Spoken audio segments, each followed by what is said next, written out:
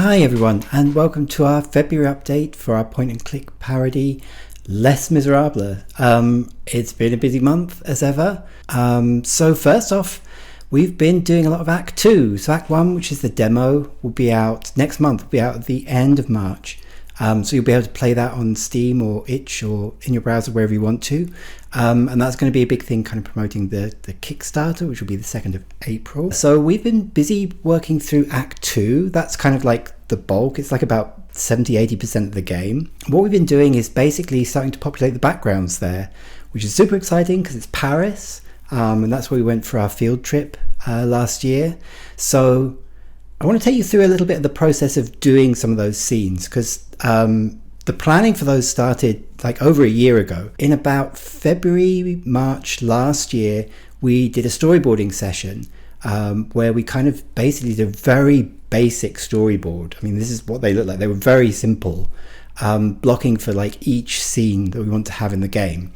Yeah, and that's mostly for blocking, because what we want to do is make sure that the layout has a clear entrance and exit spot, if relevant, where characters are going to be, so we can figure out what kind of size they need to be drawn at, where key items that you're going to need to interact with, so puzzles are going to be, and also just things like lighting cues, how those are going to be. So it looks pretty basic. We did all that so then we could go to Paris, and then we could kind of take photos in a lot of the locations that we want to feature, which basically will act as kind of like a photo rough. So we kind of sketch on top of these photos. Lucy, our amazing background designer, does like sketching over photos that we've taken. Like these in Notre Dame kind of really show how we kind of like use the perspective and so on. We figure out what things we need to adjust to make that work as a scene, because you don't want to feel too close to the camera. You know, you've got to be able to have a conversation with anybody in the scene, so everybody's got to be a reasonable size. You can see their facial expressions and lip sync and so on. Any kind of way that you can go in and out needs to be quite clear in the scene. So we go through all those different things, and then Lucy provides a very kind of rough sketch, and the first thing we do is put that in the engine, so we can kind of walk around with it, with the characters in the scene, even try some of the puzzles and put some of the other characters in there. One of the big things I'll take you through that we're working on at the moment is the street scene. So this is a really big one. It's like the main street where there's lots of different shops you'll be able to go into and lots of different other places you'll go to. So it's kind of like a central hub for Act 2. So we wanted to make sure that walking along it felt right, that it didn't take too long to walk along there, that kind of things in there that you need to interact with are highlighted well enough. And then when we were happy with that and we went through a bunch of these different revisions, Lucy did a more formal sketch, so with a lot more detail, and we can kind of see where things are going to be. You'll see in this one we were kind of like sketching out where Kickstarter backers would be, so there are going to be certain tiers on Kickstarter where you can be in the game. A lot of those will be in this pub scene, so we're trying to maximize the number of people we can get in the pub. And then we do the color rough. So again, last year, Lucy did an amazing mood board, which basically gives a sense of what the color scheme is going to be for each scene and for each act. And that's not just about kind of getting the location right. And we're worried about things like making sure that like lamplight looks right and that it's the right kind of day and time of year, because it's supposed to be in the summer. And the air will be very dusty because it's like, well, it's kind of Industrial Revolution kind of time. But also the color is very important for setting the what's going on in that particular part of the world. Like certain bits are very run down, certain bits are very posh. Obviously in Les Miserables, it's a big part of the story, this kind of discrepancy between the rich and the poor. Most of it's taking place in these very kind of rundown areas. And then when we're happy with that, we do a kind of like final paint. That's very time consuming. So the sketch and the paint are very time consuming. So that's why we want to make sure that we don't need to adjust things because people are getting stuck or they don't know where to go.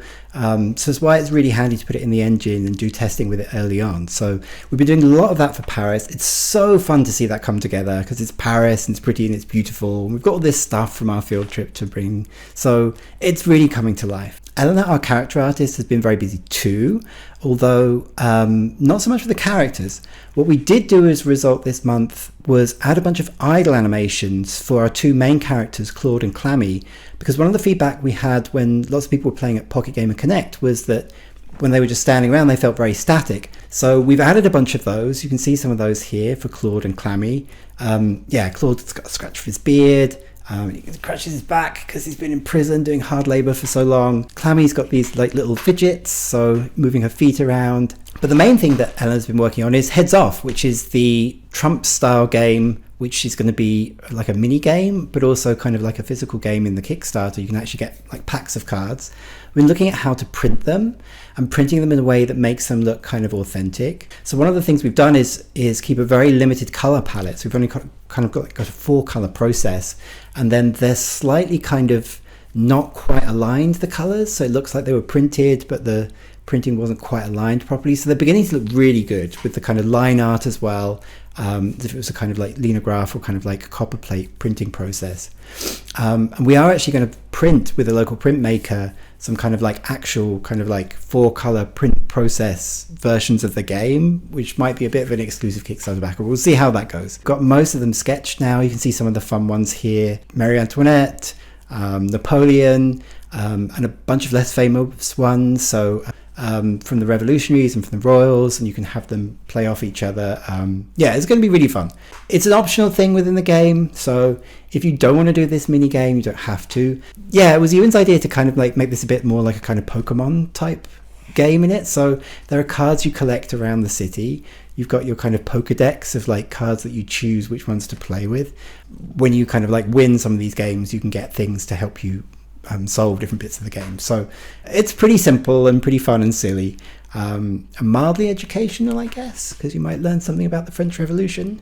I've also been doing a ton of testing, putting in new puzzles, working on the script for bits that we need to record for Act 1 and Act 2, still some voiceover stuff to do. And then the other news is we got into London Games Festival, which is fantastic. So we'll be there in April. Come along and see us. There's loads of fun indie games. Debug Festival is also in April. So it's going to be really busy. It's going to be really fun. Also want to give a big shout out to Lucy Dreaming and also Legends of Castile, who've been amazing and given us big shout outs, so shout out back to them. I'll put the link in description to their games as well, which aren't out yet but will be out soon, so you can go and follow them on Steam and wishlist those and wishlist us. We're on Steam as well. We're also on itch, and don't forget to follow along our Kickstarter. We've got more than 200 Kickstarter followers. Yay! So when that launches on the 2nd of April, you'll get to know when those early deals go up. So do sign up for that if you can. Help spread the word. And vive la révolution!